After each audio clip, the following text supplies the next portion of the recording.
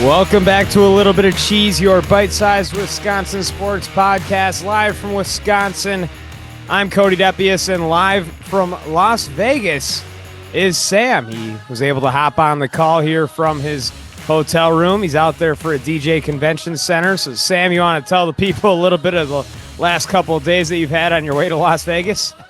Man, 28 hours driving straight. That was tough. I was passionate about making it in one send. I closed my eyes for about 15 minutes in Utah. Woo! About 5 Red Bulls later, we made it. So we're here. We got Mobile Entertainment Expo going on. Really stoked. The networking is going to be awesome. I'm stoked to meet some DJs from around the country, pick their brains a little bit, and in an industry that a lot of us teach ourselves, I think this is going to be awesome to be at. Where we can all kind of congregate, pick each other, what's working in different places. I'm really excited for the week. And that's what I'm up to. It's sunny and 65 out here, y'all. I'm hitting the driving range later today. Yeah, I mean, right now on my Apple Watch, it says -0 degrees and sunny. So you got a nice little 70-degree switch up there. I mean, this is probably the warmest 0 degrees, I'll say. It's been a little bit cold here. And I think it's getting colder over the course of the week, so we'll have to weather through that while Sam is over there drinking a mojito out on the driving range. So big weekend for Wisconsin. I know Sam wasn't able to catch the game live, but Badgers over Purdue, or Purdue, as many people are now referring to them as Purdue had a tough week with the loss to Michigan, and then the big loss to Wisconsin at home, 94-84, the final score. The big story was John Tonje, 32 points. He had 6 rebounds as well. Max Klesman added 17 points. And Janicki with 11 points off the bench. He had a couple of nice shots in there as well.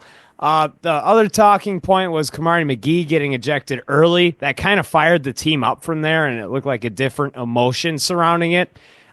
It was a really, really weak ejection, and I think it's kind of what helped turn Wisconsin around to go and win that game at Purdue. Biggest win of the year so far for Wisconsin. That's a huge win. Are they going to be a top 10 team? I mean, they're knocking on the door. Since that bad Maryland loss, they've won 4 straight now, all Big Ten teams. Taking out Purdue. Purdue, we know, is a powerhouse nationwide. So the Badgers team's been streaky. That initial ejection, I didn't get a chance to see live. I saw a couple replays. Did look pretty ticky-tacky. And I think that the Badgers did rally around that. They ended up winning the foul battle 14-21. So they added some discipline. They said, oh, we're not going to get a call. Boom. They made that switch. It was immediate, and it was a game changer, for them. So if you win the foul battle 14-21 like that, Tonje put up 32. That's huge. I wonder if the team's going to take a shot on him in the second round. He's a little bit older, but he's showing up this year. He's growing. It's not like we're dealing with 28-year-olds that are past their prime. We're still dealing with 22-year-old, somebody who's touching a ceiling that we didn't know was there before. So I don't know. I think he's worth a draft pick. If he's open, he gets the green light. He shoots, and he shoots really, really well. And I mean, the way he can move with the ball too, he has a lot of skills on the offensive side of the ball. I think where he might not be picked would be his defensive capabilities and the fact that we haven't seen him have to pass a whole lot in this Wisconsin offense. Like the assist numbers, I know you called him out on it earlier this year, but the assist numbers, even in a game where he scored 32 points just to 3, he doesn't have to do a whole lot with his teammates. When he gets the ball, it's a lot of ISO. He's going to take care of the job. And he has so far this year. I think he's the best transfer in the nation. I think it's worth somebody taking a shot. I mean, Bronny James barely played last year, and he got picked. There are players in the second round that probably shouldn't be drafted in hindsight, but they are. John Tonje is going to be the best player on, I think, when it's all said and done, I think Wisconsin is one of the top 10 teams in the nation. The AP poll came out today. They're now ranked 11th. I think I would have bumped them a little bit higher. I know Purdue had a tough week. Purdue was ranked 7th. Pretty similar credentials to Wisconsin, but Wisconsin, they get the bump up to 11. You like it. They are knocking on the door of that 3 seed. What do you think the path is for Wisconsin to lock up that 3 seed, and how beneficial is that for Greg Gard and the fact that he needs to get that first-round win? They're going to have a shot. That's the beauty of the Big Ten. They're going to get in the Big Ten tournament. They're going to play the teams they need to play, and they're going to have every opportunity to get hot. We know this is a streaky team, and I don't think their ceiling's a 3 seed. I think their ceiling's a 2 seed. It really is, which is crazy talking about heading into this year. We would never thought that. But if they can get in this Big Ten tournament, get hot, go on a run, and Tanjay and the Badgers are going to have their stage. They will absolutely have. It looks like a top 5 seed, at the minimum. They're going to have their stage. They're going to hopefully get through that first 2 weekends, and they're going to have a chance to show what they got. Klesmit can't keep shooting inefficiently. We do need Klesmit to get the ball in the hole. He put up 17. He was only 1 for 6 shooting from 3. So if he can keep figuring out how to be an asset when that 3-point shot isn't going in, that's going to be huge for this team going forward, because we know Tanjay isn't moving the ball. He can put up 30, but his Badgers team, the defense might not be there, but they can score 90. They absolutely can score 90. So if these guys can put the ball in the bucket, they're going to have the stage. Man, they got a high ceiling here, higher than I thought. I think so as well. I think things are about to get really exciting for Wisconsin. And that was probably their toughest of this stretch here in the Big Ten. They're going to play Illinois at the Kohl Center tomorrow. Illinois, they looked rough. I don't think they scored a point in the last 8 minutes of their game on Saturday. They looked really, really soft towards the end of that crazy. Game. It was ugly basketball. So maybe Illinois got some more fire tomorrow when they walk into the Kohl Center. But the Badgers are riding high, and this Greg Gard has done a wonderful, wonderful job with this roster. Not many people had expectations going into this season, and I think both you and I are included in that. John Tanjay was a guy who we really had never heard of before he hit the transfer portal and came to Wisconsin, and now has walked into superstardom here as a Badger. So this team has found a ceiling. Gard is going to be in contention, I believe, for Coach of the Year. I think that is a real conversation that's going to come to fruition in the future. Brandon Woodruff threw off the mound for the first time on Friday. This is the first time he's thrown. He actually did get to throw to live hitters. He threw to Jake Bowers, everybody's favorite Milwaukee Brewer, and William Contreras. A live hitter? Right, he's a live hitter. He can hold a bat. He can stand in the box. And William Contreras is also there to help him out. Really good news afterwards. Woodruff said it went better than expected. He said things felt clean. You watched the video, it looked clean as well. And Pat Murphy, in the press conference afterwards, said that he had a great day after discussion with Woodruff, which sounds like things felt better the day after, which is the big key with these shoulder injuries. It's not the day that you're throwing, it's how quick you can come back and recover. And it sounded like things were feeling a lot better for Brandon Woodruff. And it was also reported that he was up to 92 miles an hour already, which, like, you look at velocity right now, everyone is like, hey, Shohei Ohtani's up to 92, 94, which Ohtani's a guy that can live around 99 to 100. We might be able to see 95 out of a Brandon Woodruff this year. Like you might have the ceiling that I was not expecting. I was not expecting 92 velocity at this point, this early into spring training. I think this is all good news for Milwaukee. We know how good he can be. That can't be stated enough. This isn't, it's some guy coming back from an arm surgery. This is Brandon Woodruff. He was an absolute dog in this league. And those special athletes can recover faster. We saw it with Jordan Love's silly body. Hopefully Woodruff has that silly body to his shoulder. Now, just because we're not seeing any immediate setbacks and there's progress, they have to be safe and still be cautious. This Brewer team is absolutely good enough to be treading water until Woodruff is 100%. Now, that's never where you want to be in any professional sports team, is just a team treading water. But if we can be treading water until we get Woodruff back fully 100%, we talked about it. We have a really solid 5 starters. Just because there's no setbacks, I still want to see them be patient with Woodruff.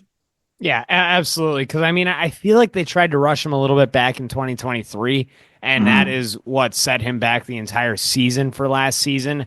Don't rush it. Let it go. Let it come to him, really. He's hitting 92 right now.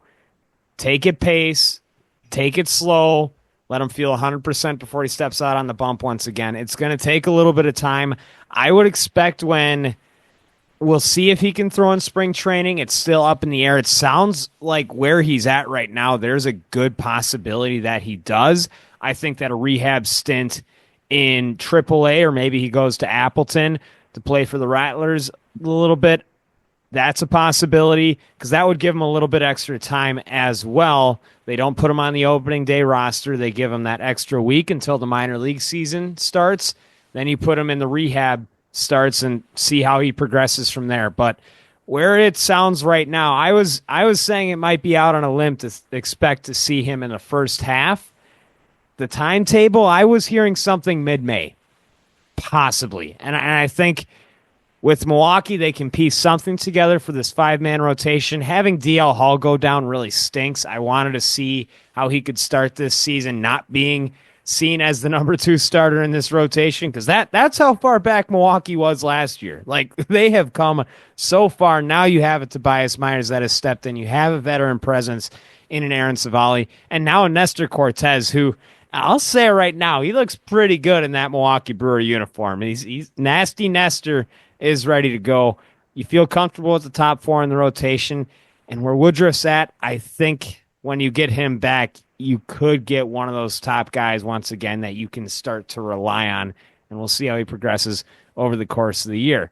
But we would have to hope with that 4-man rotation and whatever they piece together for the 5 that the offense can really come to light here, and everybody just gets a step better.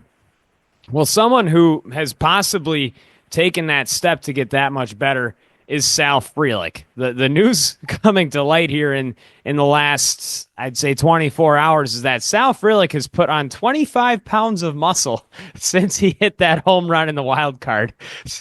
Before I even heard the 25 pounds quote, that is what Adam McCalvy said, Brewers beat writer.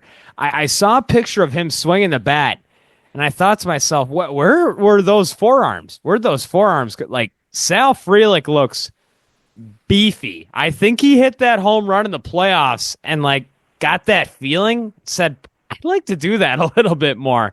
And I'll pull up a quote here from McCalvy. It gave me a pretty good chuckle. Oh, wait, I might not have the quote on me anymore. But it was along the lines of Sal Frelick went back to his Italian heritage and ate everything that he saw in front of him and hit the weight room really hard. So Salvatore has now become the true bull, and maybe you can pop 10 home runs out of him this year for Milwaukee.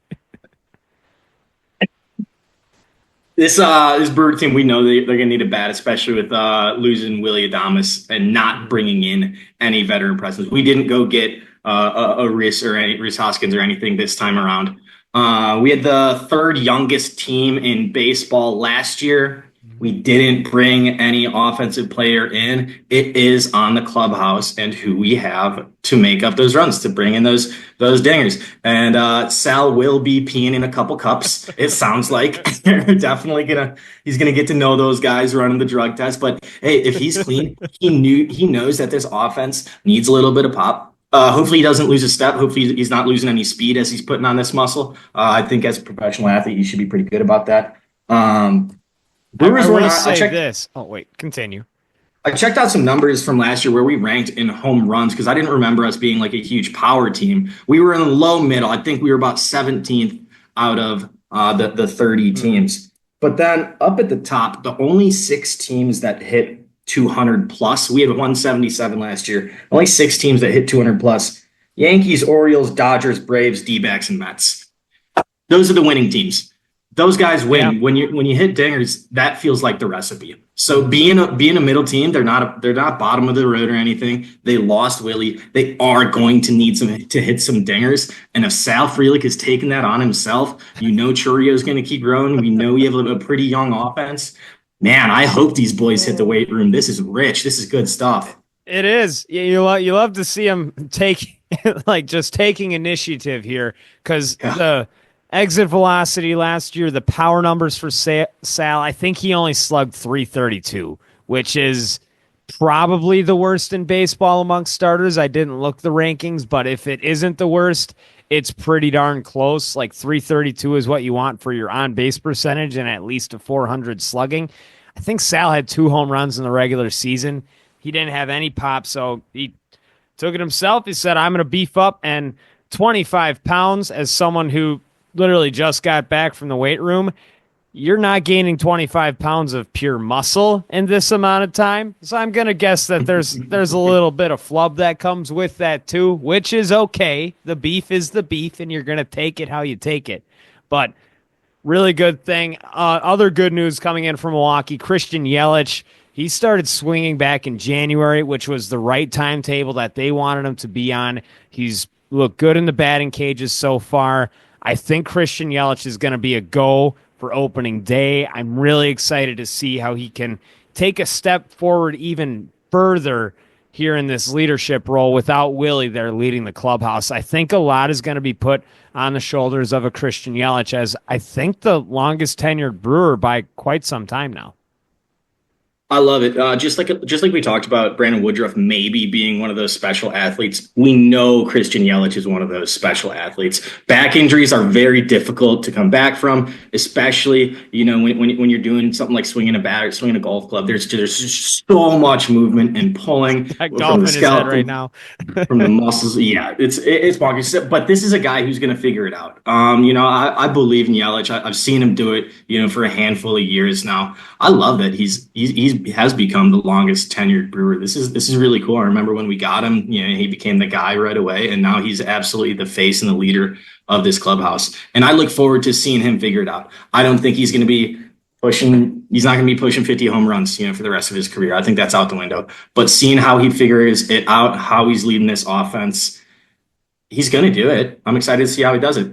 Hey, people forget last year when he got hurt, he was being talked about as an NL MVP candidate. So good. Like with Shohei Ohtani. And yes, Shohei ended up going nuclear and going 50-50. He was going to beat almost anybody on planet Earth over the course of any season. But Yelich had that OPS over 900. He was going to make the All-Star game. Then the back just gave out. Like, Yelich looked like the Christian Yelich of old. And maybe not 100% like that Christian Yelich of old that you could count on hitting a home run in a clutch moment or always coming through in the clutch.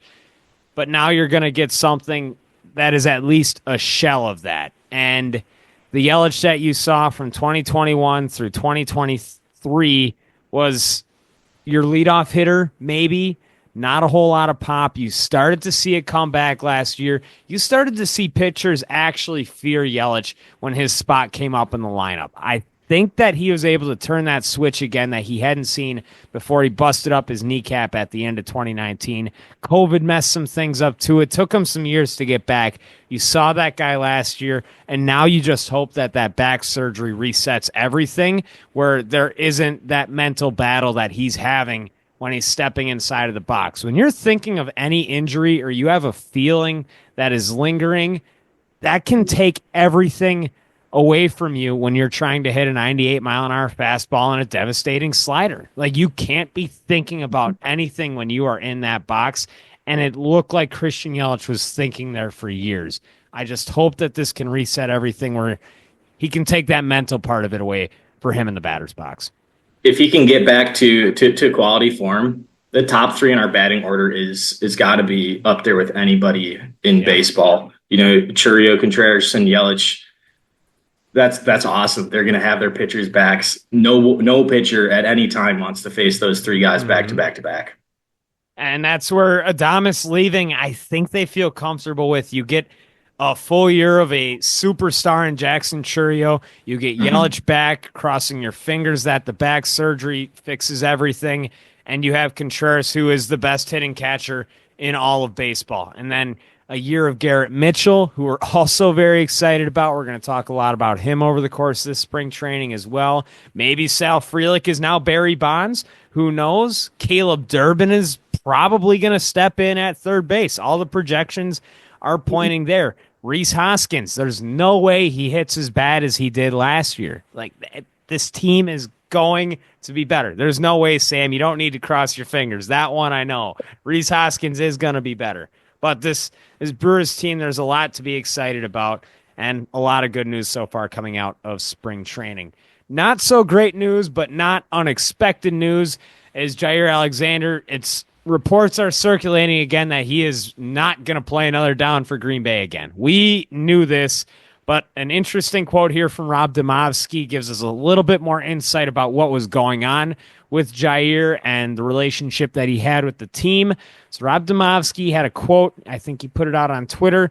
It said, quote, multiple team sources have privately expressed their frustration with Alexander's inability to stay healthy and or play through injuries. Now, it seems obvious, but the turmoil here and the reason that they don't want to bring this player back is because of the personal issues that they had to deal with. And I think a lot of it last year was really, really weird when it came to that PCL, where Alexander would go through full practices, and then by the time that Sunday came around, decided he was not going to play. He played in the Chicago Bears game, played 10 snaps, and decided that he was done for the day.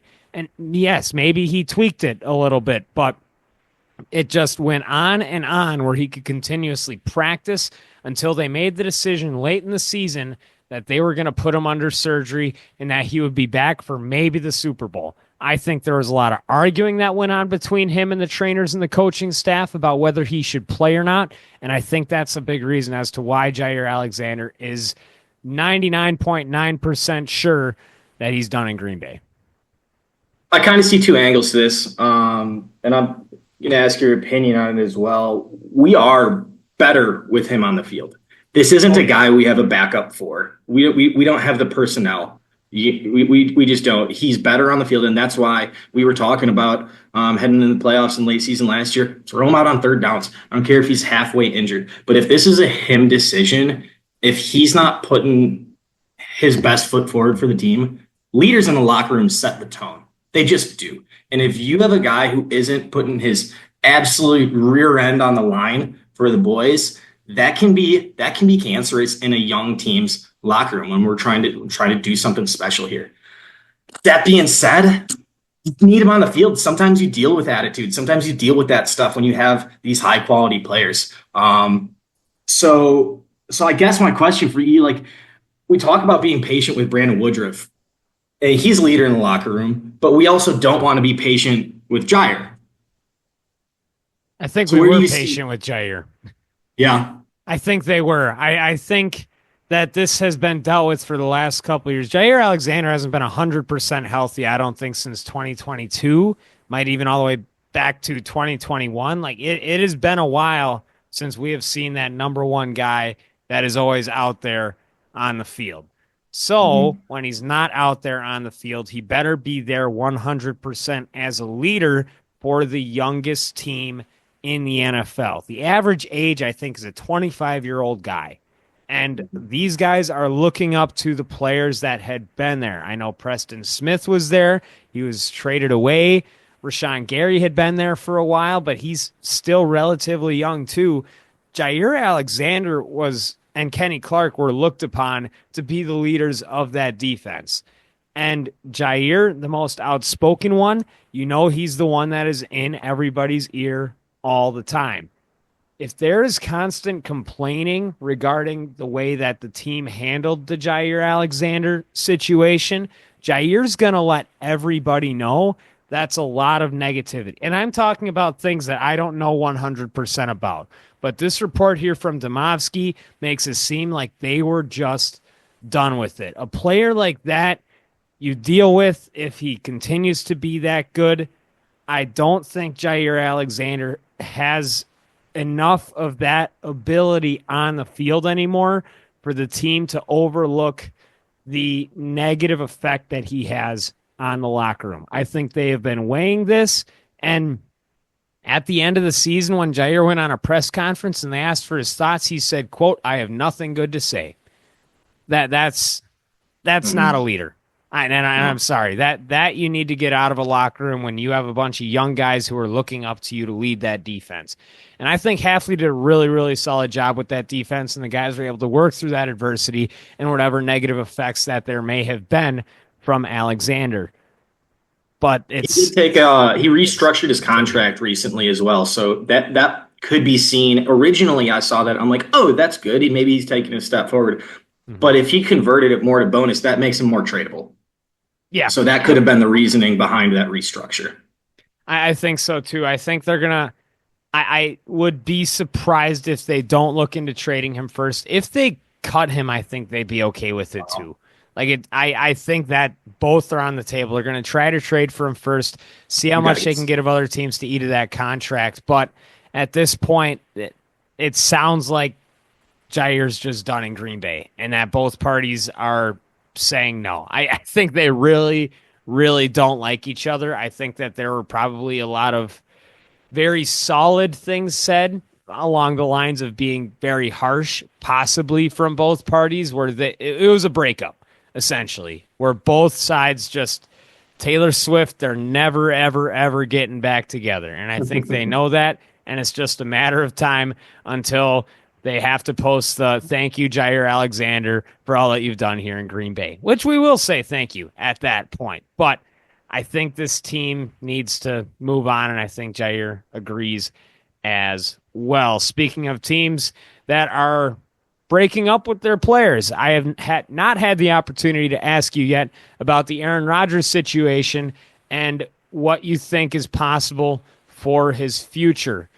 They could look to cut him now and eat a whole bunch of cap money, or they could wait until June 1st. But what do you see as the greatest possibility for Aaron Rodgers? And I'll give you my top three options. The first being Pittsburgh. The second being retiring, and this might be half retiring, where he stays in shape, continues to throw on weights for somebody to get hurt at the beginning of next year. Or number three, and this is the interesting one that a lot of Vikings talking heads do not want to bring up, but it is the Minnesota Vikings. I think that it's Brett Favre prophecy that we talked about the second that we knew Aaron Rodgers was going to the Jets. Like, oh, is he just going to end up in Minnesota? And we kind of said it as a joke at the time. But I think if they find a way to not bring Darnold back, they let McCarthy sit for one more year, and they let Rodgers be that bridge quarterback, I think that's something that would work well for both sides. I want to hear your thoughts on all of it. The Aaron Rodgers thing is interesting because he is still a top 12, arguably 10 quarterback in the league with the ceiling of an absolute elite player, because that's who he is. He's one of the top three most talented quarterbacks to ever play the game. We saw him do it for years. He's welcome. There's a little bit of trouble, but a couple of years down the road, he'll never buy a beer in the state of Wisconsin. There'll be some old heads that have their piece to say, but we got those old heads everywhere. There's got to be a couple dominoes that fall before any Aaron Rodgers answers are known. The two big dominoes I think is Brock Purdy and Sam Darnold. These are two guys that are going to get paid, maybe, and two teams that are going to be looking to fill some quarterback holes outside of the obvious ones like the Giants, the Tennessee Titans, the Raiders. You have those junky teams, but I don't think Rodgers has any interest in playing for a bottom feeder of a team. And then we've seen some of these guys get their opportunity and really take it. So if you're going to bring in Aaron Rodgers, why wouldn't you if you're Kyle Shanahan in San Francisco, say Purdy wants $60 million, they don't want to pay him that because they can make Jimmy Garoppolo good out in San Francisco. Kevin O'Connell can make Sam Darnold good in Minnesota. Why would they pay these guys $60 million if that's what they're asking? Yeah. If I was the GMs, you're looking at either bringing in Aaron Rodgers or giving a guy like Jake Browning a shot, giving a guy like Cooper Rush a shot. There is these middling quarterbacks that I think the Shanahan and O'Connell would just rather take a flyer on. And so I think it's absolutely on the table that nobody signs Rodgers. And then we're in this period where he's staying in shape. He's pseudo claiming he didn't want to play anyways. Yes. And then somebody gets injured and he might get a call. But you have to have conversations about culture at that point, because we've seen the Baker Mayfield work out. We've seen the Sam Darnold kind of work out. And I think a lot of these teams are just going to be deciding on finding either a middling quarterback or bringing in Rodgers. So I think it would have to be a team that's sitting at 5-1, 4-2, something like that thinks that they can go win, and bringing in Rodgers is going to be the answer. I think that's probably the most likely situation. But that being said, we got to see who's getting paid, who's going where. I don't think Aaron Rodgers is the first option for anybody right now, which is super unfortunate because we do know that talent is there. You don't think Pittsburgh wants Aaron Rodgers or over Russell Wilson? You think they'll take the situation they already have? I think they're going to take the situation they already have in Pittsburgh. They got two quarterbacks in the building. I think all the teammates speak highly of Fields as well. He's not a game wrecker or anything like that, but I don't see Tomlin in Pittsburgh trying to shake things up and bring in Rodgers. I think San Francisco is more of an opportunity. To be honest, if Purdy is wanting all that money, we know Rodgers wants to play out there. Saw a couple rumors that the Rams might be looking to get something for Stafford while they can. And McVay is another guy that, hey, you hand me any jabroni and we'll have an offense. But if you can have a veteran doing it, somebody like that Stafford, while they can go get a second, maybe a first for Stafford, there's a lot of options on the table. But I just don't think that the Rodgers answers are gonna happen until we see some other dominoes fall. And that a big one is the draft too. Who's taking their quarterback, who's liking what they have in the building. And Aaron Rodgers is going to be on a lot of people's radar. But if I were a betting man, like you said, I bet week 6, 7, 8, somebody gives him a call. I think so too. I think it's beneficial for everybody. I like to give him the entire reins, all the reins of that year. Like the Jets tried to do it the last 2 years, and Rodgers isn't the guy that's going to take over the reins and automatically gives your team 11 wins like he used to do with Green Bay. Like he could have been on one of the worst rosters in the NFL, and that team still could have won 10 games. That's how valuable Aaron Rodgers used to be. Now, he's an average quarterback. He is your middling quarterback that you're looking at, and the Jets thought that there were too many outside noises, especially with Rodgers on the Pat McAfee show and just the character that he is and the symbol that he's become in the NFL. The Jets didn't want to mess with it. You can have your opinions on that or whatnot, but I think that it's going to start very quietly. Rodgers says, I took another ayahuasca trip and I didn't want to play this year. Like it told me to take a break. And then around week 6, he's going to say, I spent a lot of time in ex-Caribbean place and did some other stuff, and it told me I have to come back and I have to take this call from this one quarterback that went and got hurt and now go take that team to the Super Bowl. And then we'll watch that team go 8-9 and miss the playoffs, and we'll see how Rodgers tries to ride out. But I think in his mind, he is not the guy that wants to go out like this.